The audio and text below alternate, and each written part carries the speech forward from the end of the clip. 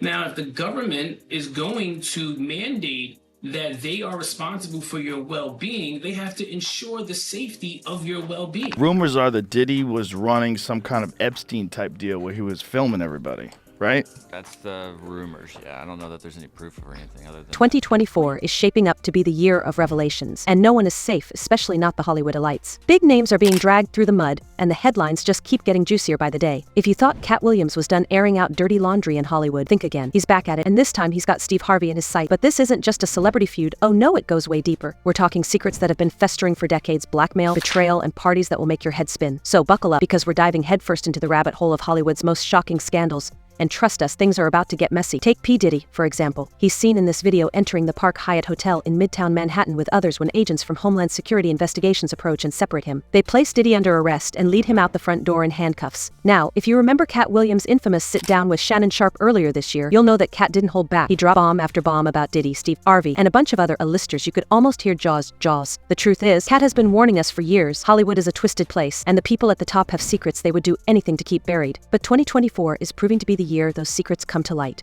And it's all starting with Diddy and Steve Harvey. Diddy controlled every aspect of her life. He is accused of frequently beating her and hiding her in hotel rooms for days until the bruises and signs of abuse were gone. During that interview with Shannon Sharpe, Katt made some wild claims about Diddy's parties. Now, if you know anything about Diddy, you've probably heard the rumors swirling around his legendary mansion parties. Let's just say these weren't your typical industry gatherings. According to Katt, these parties had a darker side, with things going on behind closed doors that would make even the most seasoned Hollywood insider raise an eyebrow. Katt even mentioned being offered millions 4 times, in fact to protect his integrity. And what was he protecting it from? Well, according to Katt, Diddy had some pretty wild requests, and let's just say Katt wasn't interested in partaking. You gotta tell him no, Katt said. P. Diddy be wanting to party, and you gotta tell him no. All lies will be exposed, that's all. And anyone who takes that the wrong way knows why they take it the wrong way. That's a direct quote from Katt's conversation with Shannon Sharpe, and it's safe to say it sparked a wildfire. Nobody wants to be in contact with anybody that allegedly was sex trafficking. You see what the WWF did to Vince McMahon. Vince McMahon was one of those people that was called for sex trafficking. We don't hear a lot about it because he gave up the company, he did what he was supposed to do, and he became Ghost. But now you see they trying to do the same thing to Puffy. They trying to make him or hip hop the face of sex trafficking, like they was going to do the WWF at one time, because that was a big story. So a lot of his people that know him, a lot of the people that been in those parties and seen probably some unscrupulous shit that went down and was like, ooh, I was there.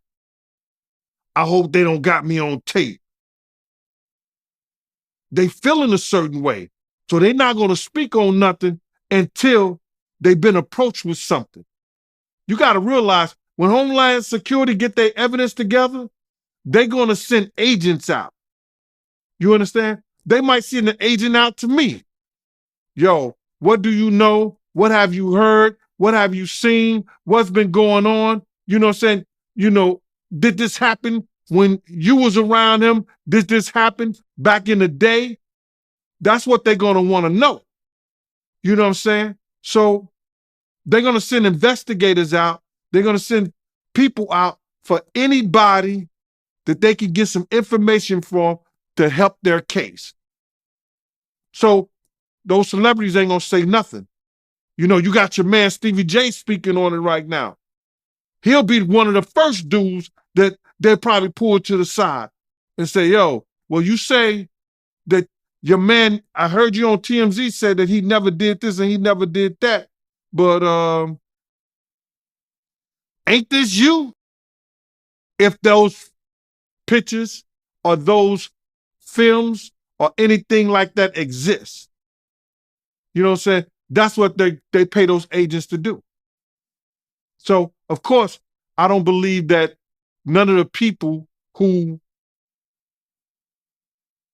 are his celebrity friends is going to speak or say nothing until they're either contacted or they know what they really got. So you feel like they might be worried that they might be on tape at one of Diddy parties doing something they wasn't supposed to be doing? I think that the celebrities that may be worried is because what Lil Rob said. Lil Rob said in his affidavit that Diddy had every room taped and bugged. Diddy had, yo, bro, can you imagine? He had every room taped and bugged, and they found little bugs or little tape recorders. I mean, little those micro projectors or whatever like that, or video cameras. They found them in the house, bro. So by them having those things in the house, and people know there's drugs, there's alcohol, there's loose women, there's loose men, woman on woman, man on man, all kind of crazy shit.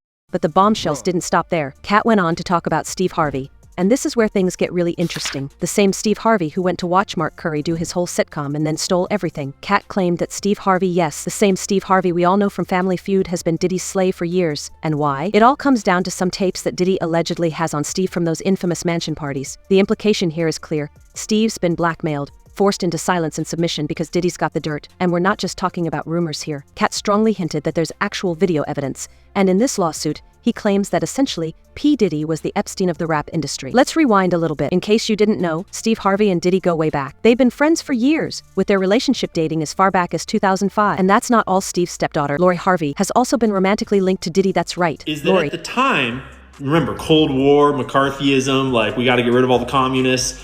There was what was called the Lavender Scare, which is basically just saying that they were all really worried that gay people would get blackmailed by the Soviet Union. And so it wasn't good to be gay, because if you were gay, you could get blackmailed because you wouldn't want anyone to know you were gay. And so don't be gay. And so you should be ashamed of being gay. And so then they'll blackmail. It's like, you see, it's like a big circle of how the one creates the other, creates the other, creates the other. Yeah, now think about rap music. All the rappers are super hard and like gay people suck, and then like a bunch of them are gay and they're getting blackmailed about it, and so they rap more about how they're hard and gay people suck, and it creates this little circle. Yeah. The blackmail industry learned early on back in the Cold War that it is much easier to do blackmail in a culture of anti-gayness, because gayness is not wildly uncommon. Lots of people are gay. But the more you can stigmatize it and make it a taboo, the more they have to hide it. And the more easy it is to exploit it when you offer this taboo thing to the people that want it. And then the stronger your power over them is when you have them on film doing it. You feel? So, back to our boy Diddy, who founded his record label when he was only 24 years old. Became one of the most successful record labels of the time. He was able to do that because he was financed and supported by his mentor. And he found this guy, Diddy, on the up and up in one of his companies, who we now know from this lawsuit and the other lawsuit filed by his ex-girlfriend Cassie, which is horrific, disgusting, not a good read. We know that Diddy has some real effed up proclivities, as well as just generally probably being at least gay or bi, one of the two.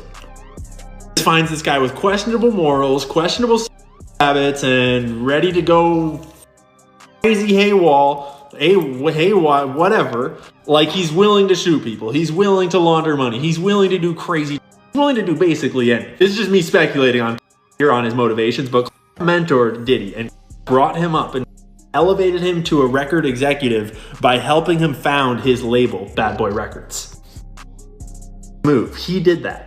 And then Diddy, along with a lot of help from a lot of other people all around him, proceeded to do 30 years worth of blackmail operations within the rap industry, and promoted artists that seem to have been ensnared in it, like Usher, for example, like Meek Mills. Hell, even Justin Bieber is like directly in this storyline.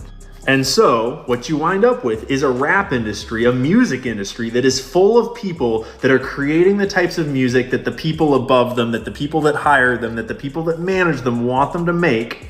They're all terrified of stepping on the wrong toes or getting out of line or doing what they're not supposed to for one blackmail reason or the other. And we wind up with an entire industry full of musicians that are glorifying gangs and... Who was only 22 at the time, was seen hanging out with Diddy, sparking rumors about their relationship. But here's where it gets even juicier. Before Diddy, Lori was reportedly linked to Diddy's son, Justin Combs. Yeah, Let that sink in for a minute. A lot of the alleged evidence in this case was gathered from 2 raids conducted on Diddy's personal homes in Miami and Los Angeles. The indictment names that the seized items include videos of these performances known as freak-offs. Katt, being the Hollywood insider that he is, wasn't going to let this one slide. He dropped the bomb that Steve might have actually encouraged Lori to get involved with Diddy, and not just for love. According to Katt, Steve allowed Lori to get close to Diddy as part of some larger scheme, one that involved keeping Steve's own secrets buried. They just tell a story, thanks to my wife, I'm where I am. You said that about the first wife. You forget Katt even said that Steve views Lori as nothing more than an ATM card, suggesting that Harvey's motives were far from paternal. But let's be real, this is Katt Williams we're talking about, and when he gets going, the shade is endless. Lori and Diddy were spotted all over the place back in 2019, from Cabo San Lucas to Italy, with the media going wild over their globetrotting adventures. They even dined with Lori's parents, Steve and Marjorie Harvey, during a trip to Italy, and that, my friends, is where people really started connecting the dots. How could Steve be okay with his stepdaughter dating a man 27 years older than her, especially when that man had been romantically linked to her ex-boyfriend, his own son, Justin? Then they have to bring those witnesses in there. That's going to be something hard to prove, unless Lil Rob or Lil Cat or Cassie state that was something that happened. That's how the prosecutor's going to prove that. They got a ton of evidence that they got to try to prove, bro. A lot of that shit that if you read it, it could be circumstantial. You know what I'm saying? But they got to have witness to back it up. You just can't say that that happened based on somebody lawsuit and what the words that they're saying. They have to have witnesses in there. And I think Puff lawyers is going to be smart enough to attack that. Right. And they claiming that Diddy, he was blackmailing his victims because he had videos from old freak-offs and he was using those videos to get his victims to do another freak-off. So if he was blackmailing people, especially people that work for him, see, this is what it's going to get him at. See, people think that, those people work for him, or those people, if they was artists and they work for him, or they were engineers, or they anybody that worked for them and stuff like that, your boss cannot blackmail you to do nothing. If you do a sexual act or you doing anything, your boss, if he have you doing those things like that, then he could be liable for suit because you're not doing it willingly, because that individual is your boss. So psychologically, you know what I'm saying? I don't care what nobody say, that when somebody has something over you, could determine your job, your career, your livelihood. That's somewhat of a blackmail if they holding stuff that they've done, that you've done in the past, over your head to make you continually doing that stuff. Now, that's where he loses at. Because some of those people work for him, or he was a part of doing something. They was part of doing something for their career with him.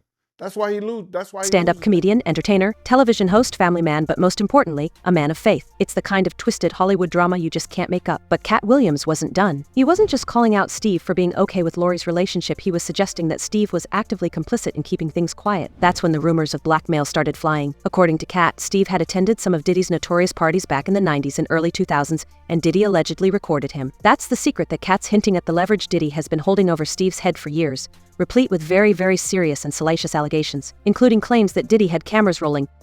Now, if you thought this was just a one-time thing, think again. Katt's got a history of going after Steve Harvey, and the beef between these two has been brewing for a long time. In fact, during that same interview with Shannon Sharpe, Katt didn't hold back. He ripped into Steve, calling him a country bumpkin black dude that can't talk good and looks like Mr. Potato Head. And that wasn't all. Katt claimed that Steve stole material from fellow comedian Mark Curry and used it to launch his own sitcom, The Steve Harvey Show. Why would you do all of that man's stuff that he did on his show on yours, and then do the dude stand up and go on the road?